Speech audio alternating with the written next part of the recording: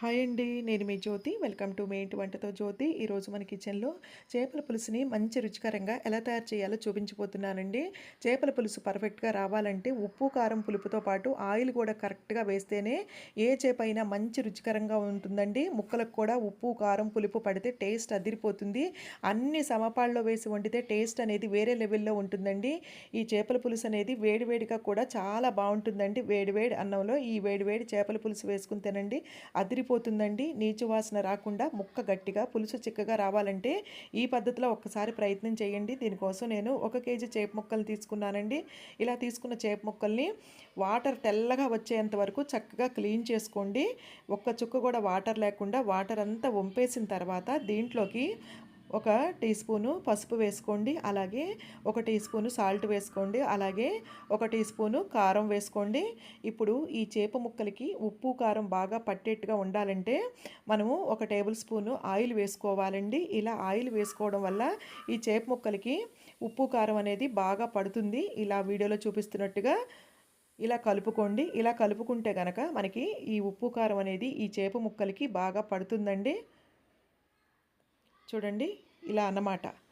ఇప్పుడు ఈ ముక్కల్ని ఒక పావుగంటకి తక్కువ కాకుండా నానపెట్టుకోండి. అరగంట అయినా నో ప్రాబ్లం అండి. పావుగంట తక్కువ కాకుండా నానపెట్టుకోండి. ఇప్పుడు ఒక మూత పెట్టేసి పక్కనుంచుకోండి. ఇప్పుడు ఒక మిక్సీ జార్ తీసుకోండి. దీంట్లోకి మనము 1 కేజీ చేప ముక్కలు తీసుకున్నాం కాబట్టి 2 మీడియం సైజు ఉల్లిపాయలను తీసుకోండి. ఈ సైజు ముక్కలుగా కట్ చేసుకోండి. 2 మీడియం సైజు ఉల్లిపాయలకి 2 టమోటాలు వేసుకుని కోర్సుగా గ్రైండ్ చేసుకోండి. చూడండి ఇలా గ్రైండ్ చేసుకున్నాం కదా. ఇప్పుడు ఈ పేస్ట్ను కూడా ఒక పక్కన పెట్టుకోండి.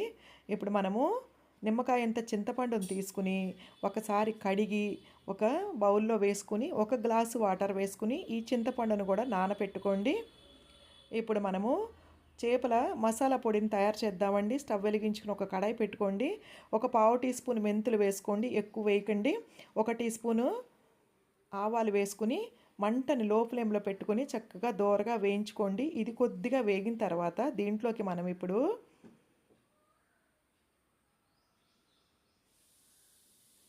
2 టేబుల్ స్పూన్లు ధనియాలు, 1 టేబుల్ స్పూన్నర జీలకర్ర వేసుకుని చక్కగా దోరగా వేయించుకోండి. దీంట్లోకి ఇది కొంచెం వేగిన తర్వాత 7-8 లవంగాలు, 4-5 దాల్చిన చెక్క వేసుకుని ఎక్కడ మాడనివ్వకుండా వేయించుకోండి. చూడండి ఎక్కడ మాడకుండా చక్కగా వేగింది కదా. ఇలా వేగిన తర్వాత ఒక మిక్సీ జార్లోకి తీసుకుని పొడి కొట్టుకోండి. ఇలా పొడిగొట్టిన తర్వాత దీంట్లోకి మనము ఒక 10-15 పొట్టుతో ఉన్న వెల్లుల్లిపాయని వేసి గ్రైండ్ చేసుకోండి. చూడండి మనకి గుమ్మగుమ్మలాడే చేపల మసాలా పొడి అనేది రెడీ అయిపోయిందండి. ఇది ఒక పక్కన పెట్టుకోండి. ఇప్పుడు స్టవ్ వెలిగించుకొని ఒక కడాయి పెట్టుకోండి. కడాయి హీట్ ఎక్కిన తర్వాత 1 కప్పుకి ఆయిల్ తక్కువ కాకుండా వేసుకోండి. నాన్ వెజ్ కర్రీలో ఆయిల్ అనేది ఖచ్చితంగా ఎక్కువ పడుతుందండి. ఆయిల్ హీట్ ఎక్కిన తర్వాత 10 పచ్చిమిర్చి, కొంచెం కరివేపాకు వేసుకుని చక్కగా దోరగా వేయించుకోండి. ఇది కొంచెం వేగిన తర్వాత మనము ఉల్లి టమాటా పేస్ట్ చేసి పెట్టుకున్నాం కదా, దీన్ని కూడా వేసుకోండి. వేసుకుని మంటని మీడియం ఫ్లేమ్లో ఉంచుకొని పచ్చి వాసన పోయే వరకు వేయించుకోవాలండి.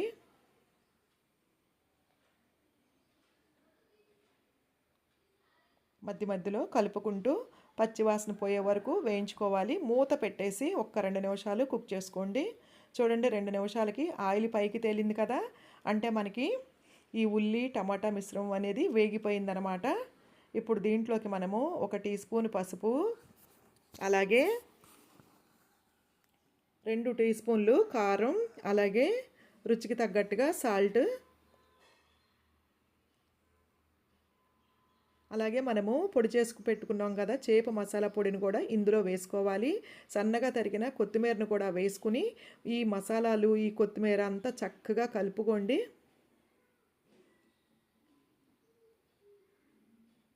కలుపుకుని ఈ మసాలా అంతా 1 నిమిషం సేపు వేయించుకోండి. ఇవి కూడా వేగాలండి. వేగితేనే మనకి టేస్ట్ అనేది బాగుంటుంది. మూత పెట్టేసి 1 నిమిషం వేయించుకోండి. చూడండి 1 నిమిషం తర్వాత ఇది కూడా ఆయిల్ పైకి వచ్చింది కదా, అంటే మనకి మసాలా కూడా చక్కగా వేగిపోయిందండి.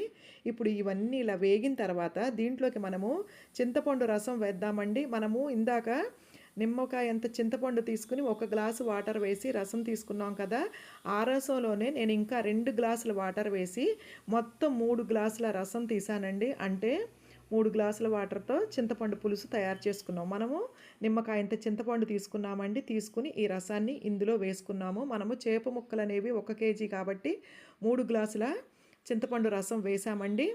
ఇప్పుడు ఉప్పు కారం చెక్ చేసుకోండి. నాకైతే ఉప్పు పట్టిందండి, కారం కూడా పట్టిందండి. ఈ ఉప్పు కారం వేసుకుని మళ్ళీ చెక్ చేసుకోండి. వేసుకుని కరెక్ట్గా సరిపోయింది అనుకోండి. ఉప్పు కారం పులుపు అన్నీ కరెక్ట్గా సరిపోవాలండి. మనం ఎందుకంటే ముక్కలకు కూడా ఉప్పు కారం పట్టించామండి. ఇప్పుడు హై ఫ్లేమ్ పెట్టేసేయండి. హై ఫ్లేమ్ పెట్టి బాగా ఈ పులుసు మరగనివ్వండి. చూడండి 5 నిమిషాలకి పులుసు అనేది బాగా మరిగిపోయింది కదా. ఇప్పుడు మనము ఆల్రెడీ ఈ చేప ముక్కలు ఉన్నాయి కదా, ఈ ఉప్పు కారం ఆయిల్ పట్టించిన ఈ చేప ముక్కల్ని ఇందులో వేసుకోండి. ఇందులో వేసుకుని మొత్తం అన్నీ చక్కగా వేసుకుని అన్ని ముక్కలన్నీ మునిగేట్టుగా అడ్జస్ట్ చేసుకోండి. అడ్జస్ట్ చేసుకుని ఇప్పుడు మంటని హై ఫ్లేమ్ వద్దండి, మీడియం ఫ్లేమ్లో పెట్టుకోండి. మీడియం ఫ్లేమ్లో పెట్టుకుని 15 నిమిషాలు కుక్ చేసుకోండి. చూడండి 15 నిమిషాల తర్వాత మనకి ఇలా వచ్చిందండి. అప్పుడు వీడియోలో చూపిస్తున్నట్టుగా గరిటె ఏం పెట్టొద్దండి. చూడండి వీడియోలో చూపిస్తున్నట్టుగా ఇలా ఇలా కలుపుకోండి, కుదుపుకోండి ఇట్లా. ఇది అండి ఈ చేపల పులుసుని ఇలా కలుపుకోవాలి. గరిటె మాత్రం పెట్టకూడదండి. చూడండి ఇలా. మనం ఇప్పుడు 15 నిమిషాలు మీడియం ఫ్లేమ్లో కుక్ చేసాం కదా. ఇప్పుడు మళ్ళీ మూత పెట్టేసుకోండి. మూత పెట్టేసి ఇంకొక 5 నిమిషాలండి, మొత్తం 20 నిమిషాలు మీడియం ఫ్లేమ్లో కుక్ చేసుకోవాలండి. ఇంకొక 5 నిమిషాలు అయిపోయాక చూడండి ఆయిల్ అనేది పైకి తేలింది కదా. మనకి ఈ పులుసు అనేది రెడీ అయిపోయిందండి. అంటే 20 నిమిషాలు మనకి మీడియం ఫ్లేమ్లో కుక్ చేసాము. చూడండి చేపల పులుసు అనేది మంచి రుచికరంగా, చూడండి మంచి కలర్ఫుల్గా ఉంది. మంచి సువాసన వస్తుందండి, గుమగుమలాడిపోతుంది వండుతుంటే. అంత బాగుంది, చూపులకే కాదు టేస్ట్ కూడా అదిరిపోయిందండి. అంత బాగుందండి. చూడండి ఈ చేపల పులుసు అనేది 20 నిమిషాలు ఉడికిన తర్వాత మనకి ఇలా వచ్చింది. పులుసు అనేది కరెక్ట్గా వచ్చిందండి. ఇప్పుడు స్టవ్ ఆపేయండి. పైన సన్నగా తరిగిన కొత్తిమీర వేసుకుంటే అంతేనండి, ఎంతో రుచికరమైన చేపల పులుసు రెడీ. ఈ వీడియో వీక్షించినందుకు ధన్యవాదాలు.